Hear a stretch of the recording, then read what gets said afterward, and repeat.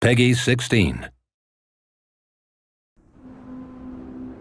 Hello, I'm Adam Hitaney. I'm the head of game design at Deck 13 Interactive, and I would like to welcome you to our demo of The Surge. With me today is Sebastian Zoibelt. He'll be doing the driving today. But before we begin, I'd like to give you a quick summary of our game. The Surge is a hardcore action RPG with a focus on tactical melee combat. We're in a dystopian near-future version of Earth. You can see here from the surroundings, things are a little broken up. In our game, global warming and ecological problems have advanced to crisis levels in the world. Likewise, the global economy is in shambles, so regular men and women are in a lot of trouble. It's really difficult for people to find work, so our hero, Warren, is lucky to have found a job at all, particularly at a company like Creo, which is dedicated to solving the world's ecological problems. So his first day on the job, he's getting his exo rig applied. You can see here attached to his body and some of our other materials. But something goes very wrong with this process. He loses consciousness and wakes up here. So let's get going. Okay, so this is an operations center. Functions a bit like a hub for us. You can do some crafting here. You can use your tech scrap to level up your exo rig, but we're not going to do that yet. We're going to head right into the action. This is one of our new co-workers. He's not in very good shape, as we can see. He's a little aggressive. I think we're going to need to defend ourselves. Now, melee combat in the Surge is stamina based. That means that while you're in combat, you're going to need to manage your stamina resource, or you might find yourself unable to complete a combo that you want to finish, or unable to dodge away from a counterattack. It's just something you need to pay attention to while you fight. And in the Surge, attacks are not light or heavy attacks, but rather horizontal and vertical attacks. And that's because the swing direction of your attacks actually matters. In the Surge, you can see here, you can target specific body parts. So directing attacks towards unarmored or vulnerable areas deals increased damage. It's more likely to stagger your opponent. So it really pays to observe your enemies, pick out their weak points when you're going in for the kill there. Another thing that we really like to emphasize is that it's really good and beneficial for you to scan your environment, to look around for enemies and loot. Exploration is really important to us. So looking around, we see this guy in the dark banging his head. Now he's different from the other enemies we fought so far in that he has a helmet, which is something that maybe we want to take home with us, make it ours. So that brings me to the other aspect of body part targeting, which is that if you target a body part and deal enough damage, you will then be able to use combat energy like this to execute a finishing sequence. It's mean. So you chop off that body part and you loot it, and then we can take that back to the operations center where we can use our new blueprint to craft that helmet for our very own selves.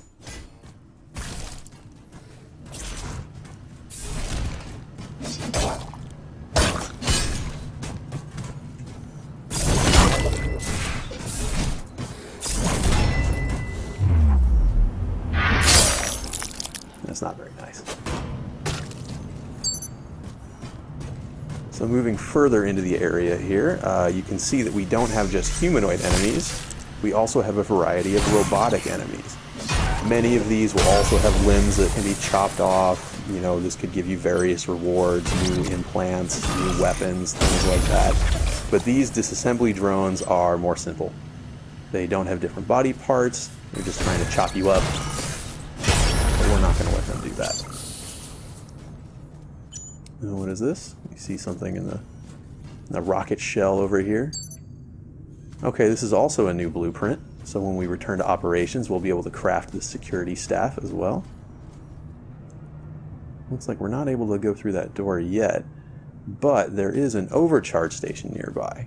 So overcharging allows you to channel the core power of your exo rig to overload some circuits. Sometimes that'll open doors, sometimes that will add power to places that had no power.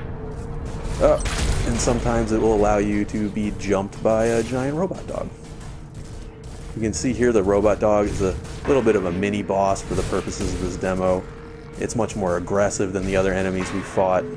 deals lots of damage, but as you can see, it also has a weakness. If we punch it right in its robot eye when it's leaping at us, we can actually interrupt it and then score a follow-up attack of our own.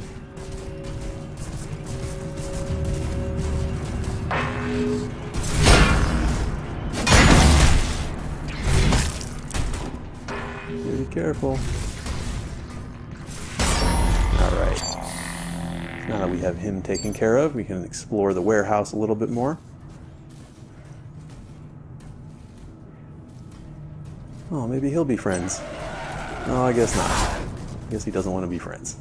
Something that's really important to us is that all of our enemies have purpose in the world. You can see that these guys, they have a heavier rig, they have these forklift weapons. You know, they really fit in the area that they're found. They're kind of like these mover, loader employees, but the way they yell and attack you shows that there's something still a bit wrong with them. So up here is an exo lift. Why don't we try that out? Or we will not. We will deal with our friend here, and then we will use the exo lift. Our two friends.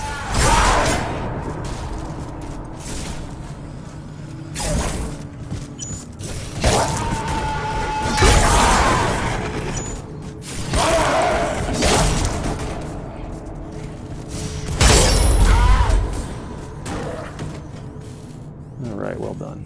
2 for 1. Okay, so an exolift, it's the way that Warren can reach different vertical areas, can go higher or lower. It functions very much like a ladder, but we think it's cooler. Now here's another overcharge station. The difference is that this one is higher level. Now, like I mentioned before, exploration is a major element of the game for us, and you'll have a lot of reasons to explore the world of the Surge. We see our levels as being pretty Metroidvanian in nature. They're really interconnected, and you'll find a lot of areas that you're not able to access until later in the game, until you have more power or different capabilities.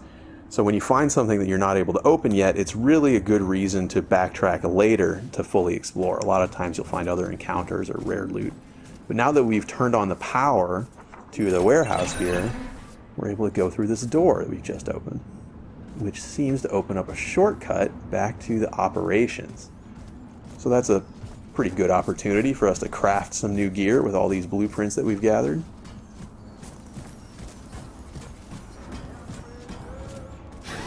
This is not a scheduled break time. I think it is a scheduled break time, thank you. So up ahead here is a med bay. This is what allows you to use your tech scrap to power up your exo rig. It heals you, of course. And then here we have a crafting station, so let's use that. Okay, so we see the blueprints that we've acquired so far. We see the helmet, we see the staff. Let's go ahead and make these things. Let's make a staff, make the loader weapons. And this is really the core gear loop for the game. You know, you cut off pieces from your enemies, you learn the blueprints, and then you use those to craft new equipment for yourself. So let's go ahead and try on some of these things that we've crafted. Security staff, loader weapons, sweet new helmet that we got before, and we also have this armor piece. Now, this particular piece of chest armor will illuminate in the darkness. It casts these bright lights. It helps you to see, helps you to find enemies and find loot. You know, other armors will, you know, do things like protect you from environmental hazards. So it's really important for you to experiment with different pieces of equipment, see what sort of special effects they give, so that you know how to approach all the challenges of the world in the most effective way. So like I said, we can use tech scrap at the med bay to level up our core power. Looks like right now, yeah, we don't have enough to get a full level up yet, but that's okay because now we've banked that tech scrap so we don't lose it when we die. And then we also have the implants, which I mentioned before. So implants can have passive benefits. They can also be active injectables like Sebastian has been using to recover his health when he's low. But all implants use different amounts of core power. So as you play the game, you really have to sort of balance the core power requirements and your total core power against the you know, your personal gameplay style and the sort of effects that you think are most important. All right, so why don't we head out and try some of these new toys that we've made. Be careful out there. Okay, so this is the way we like to do cutscenes in the Surge. We don't like to take control of your camera, you know, we make the cutscenes all part of the movie. What that means is that you watch them or not, they're always just going to occur around you, and whether you pay attention or not, it's really up to you. Sometimes we'll offer a context camera so you can have a more cinematic view, but it's never required. It's always your choice. And all of our different weapons, they have different move sets, different feels altogether, different finishing sequences. Pretty brutal. So as you get new weapons in the Surge, you'll really want to test them out, see which one feels the best to you, which one is most effective in your own hands. It's really your choice.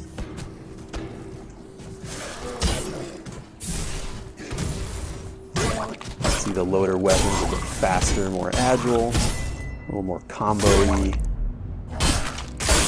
but also pretty brutal.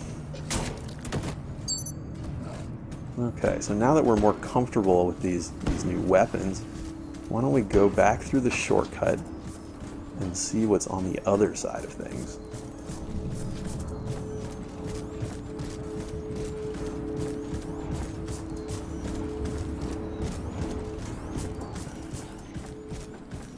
This is pretty dangerous. Reboot in progress. Okay, yeah, so I was talking before about the context camera. This is what lets you have a more cinematic view as this angry boss robot gets up out of the rubble. You can watch it if you want. You can also prepare for the boss fight. That's totally fine. You can see he wanted to shoot you with the railgun. Fortunately for him, it is malfunctioned, so he's going to have to use a little bit more of a personal touch.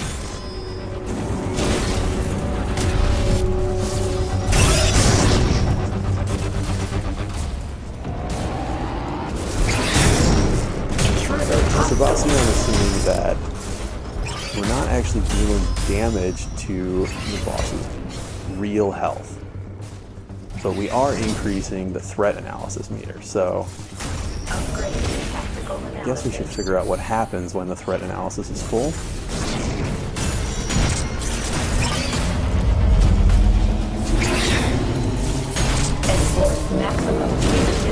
Punitive measures, huh? Rehabilitation implemented. Well, of course. Rockets.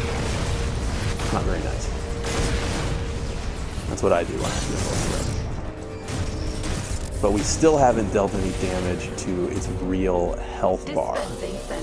So maybe, if we're careful, we can use those rockets against it somehow. Oh, it's pretty close.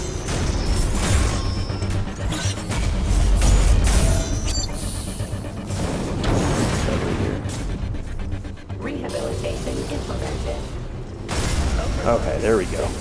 So now we force it to be hit by its own rockets. We're able to target its armor piece, knock it off, and then give it a good solid punch right in its robot brain, which has dealt some real damage. So let's see if we can repeat this process from victory. Now, one thing to note is that you know, this is one way to defeat the boss, but it's certainly not the only way to defeat the boss. And this easier method does not allow you to receive the most powerful loot. So if you want the best things off the bosses, then you'll have to fight them fair. Show honor. Not really. This is not really a game about honor.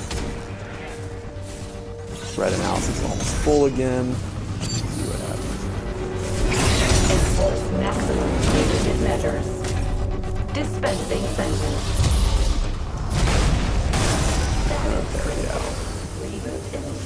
down. See if we can get at its other armor piece. Okay, very nice. Boss defeated. Well done. So that's the Surge. Scheduled for release in 2017 on next-gen consoles and PC.